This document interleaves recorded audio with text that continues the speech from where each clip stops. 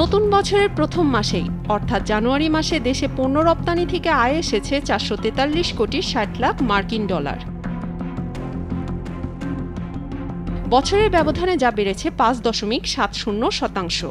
জানুয়ারিতে প্রবৃদ্ধি হয়েছে ৫.৭০%। ২০২৪ সালের জানুয়ারিতে রপ্তানি আয়ের পরিমাণ ছিল ৪১৯ কোটি ৬৯ লাখ ডলার। সোমবার রপ্তানি উন্নয়ন ব্যুরোর হালনাগাদ প্রতিবেদনে এ তথ্য জানানো হয়। এতে বলা হয়েছে, জানুয়ারি মাসের মধ্যে তৈরি পোশাক রপ্তানি আয় গত বছরের একই সময়ের তুলনায় ৫.৫৭% বেড়ে দাঁড়িয়েছে ৩৬৬ কোটি ৪৩ লাখ ডলারে।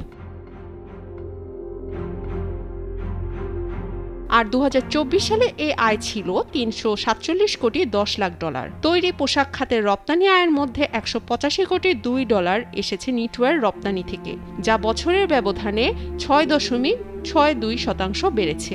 এছাড়া ১৮১ কোটি ৪০ লাখ ডলার এসেছে ওভেন পোশাক রপ্তানি থেকে, যা গত বছরের একই সময়ের তুলনায় বেড়েছে ৪.৫২%। ইপিবির তথ্যানুযায়ী জানুয়ারিতে অন্যান্য উল্লেখযোগ্য খাতের মধ্যে কৃষি পণ্য রপ্তানি বেড়েছে, তবে কমেছে চামড়া ও চামড়াজাত পণ্য ও হোম টেক্সটাইল। হোম টেক্সটাইলের রপ্তানি আয় ১.১৭% কমে দাঁড়িয়েছে ৮ কোটি ৩০ লাখ ডলারে, আর চামড়া ও চামড়াজাত পণ্যের রপ্তানি কমেছে ৪.৭৫%। জানুয়ারিতে রপ্তানি হয়েছে ৯ কোটি ১৭ লাখ ডলারের চামড়া ও চামড়াজাত পণ্য।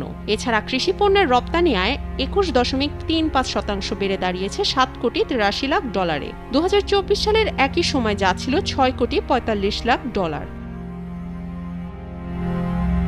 এছাড়া প্লাস্টিক পণ্যে ২৪.২২%, চামড়ায় ৮.৮%, প্রক্রিয়াজাত পণ্যে ১১.৬৯%, কৃষিজাত পণ্যে ১০.৫৯%, হিমায়িত পণ্যে ১৩.১৯% প্রবৃদ্ধি হয়েছে, আর পাটজাত পণ্যে নেতিবাচক প্রবৃদ্ধি হয়েছে ৮.৩৫%। এদিকে চলতি ২০২৪-২৫ অর্থ বছরের জুলাই থেকে জানুয়ারি মাসে তৈরি পোশাক, ওষুধ এবং চামড়া সহ ২৭ ধরনের পণ্য বিশ্ববাজারে রপ্তানি হয়েছে।